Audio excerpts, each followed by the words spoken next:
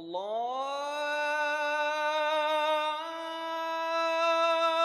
Akbar, Allahu Akbar, Allahu Akbar, Allahu Akbar. It is well known that the most famous Islamic monument of the world, the Taj Mahal, is in India. What is not equally well known is that the second oldest mosque in the world is also in India, in Kerala. In fact, India has a vast and rich architectural heritage of Islam, from Kerala in the south till Kashmir in the north, from Tripura in the east till Gujarat in the west. With the advent of Islam, Arab traders became the carriers of the new faith. Behind me here, you see the first mosque which was made in India. It was made in Kodungallur by Raja Cheruman Perumal. It was made in 629 AD, within the lifetime of the Prophet. Kayalpatnam is an ancient town on the mouth of the Tamiraperani River. It is about 1 kilometer from its mouth. The Kodalkarai Mosque was built here by Arab traders as early as Hijri 12 or 633 AD.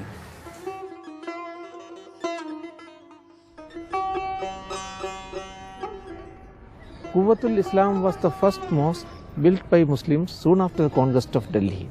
This mosque was built in 1193, and here every inch of the Maqsoora is beautifully carved. There are a number of Quranic verses also very beautifully written on this one, as if it has been written on wax. Some of the medieval writers have used this word, that it is so beautifully done that it appears that it has been done on wax. On stones it was not possible. The most impressive monument in the Qutub complex is the Qutub Minar itself. It was made in the early 13th century by Qutubuddin Aibak, Sultan of Delhi. It is one of the world's tallest minarets and is 72.5 meters high.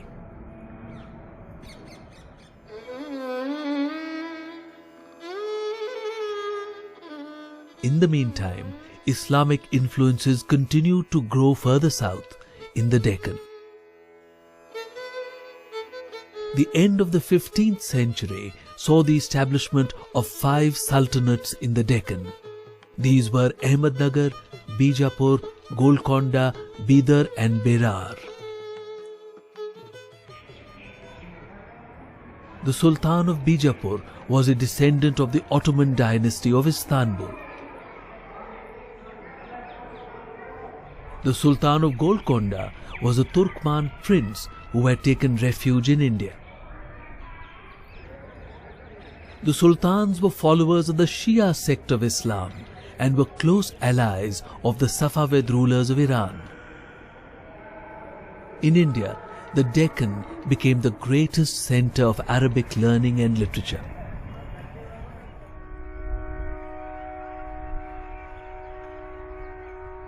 The Gol Gumbaz in Bijapur is the tomb of Sultan Muhammad Adil Shah, the successor of Sultan Ibrahim Adil Shah II. Muhammad ruled in Bijapur from 1627 to 1657 AD. This is the largest dome ever to be built in the Islamic world. It measures 37.92 meters on the inside. We have, in fact, one very remarkable example of an architectural transplant from Central Asia. This is the great madrasa of Mahmud Gawan from the 1480s in Bidar. Now, if you would take a photograph of this and put a label and saying madrasa in Uzbekistan or part of eastern Iran, it will be very hard to tell the difference. 1526 was a year which changed the political map of India. It was the year of the advent of Babur, who founded the great Mughal dynasty. The dynasty founded by Babur became one of the greatest the world had seen. They ruled a vast empire whose fame spread throughout the world. Humayun's tomb, which might be considered the first great imperial masterpiece of the new dynasty, sponsored by the 20-year-old Akbar in memory of his father, is very much related to the previous architecture of Delhi. Then we look at the design of the tomb itself, with these earlier systems, which were already well entrenched in India, like the little domed chhatris, the different coloured stonework, and we place all of those around a central dome, which is in white marble, an Indian material, not a Middle Eastern material, but the dome is bulbous. It has this sort of shape, and it's a double dome. And it's something which was brought into India from the Timurid tradition of Uzbekistan.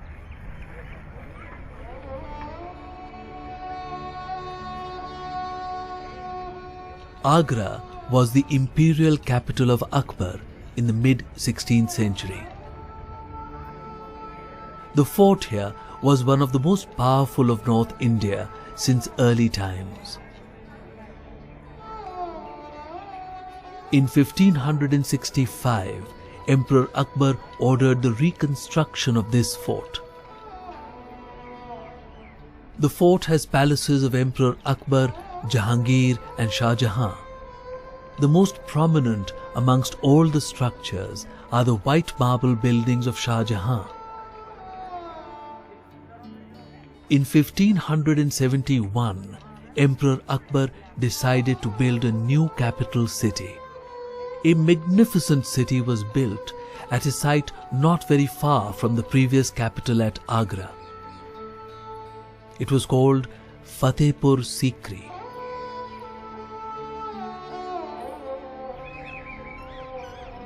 Fatehpur Sikri is one of the best ordered and symmetrically laid out cities of the entire medieval world. The world's best known tomb stands testimony to a timeless love story. The Taj Mahal was built in 1648 by the Mughal Emperor Shah Jahan in memory of his beloved wife Arjumand Banu Begum, known to the world as Mumtaz Mahal. The construction of the Taj Mahal was a stupendous engineering feat. It is built of marble and finely inlaid with semi-precious stones. 20,000 workers and master craftsmen labored for 17 years to erect this magnificent edifice. In the mid-17th century, the Mughal Emperor Shah Jahan built a new imperial capital at Delhi. He made his palace inside the great Red Fort, which he built on the banks of the Yamuna River. The Diwan-e Aam, or the Hall of Public Audience, is where the emperor would hear petitions of the common people. The Diwan-e Khas is the hall of private audience. These structures are among the glories of the Red Fort.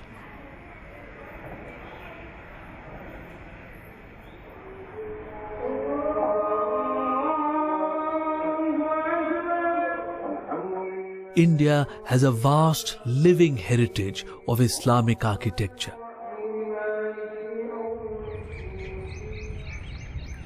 These monuments are a great treasure of India's culture, and many of them are recognized as World Heritage Monuments.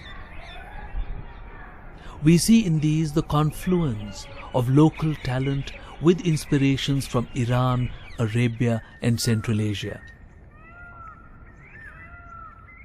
These mosques, tombs, madrassas, palaces and fortresses are a beautiful and unique treasure of the heritage of Islamic architecture.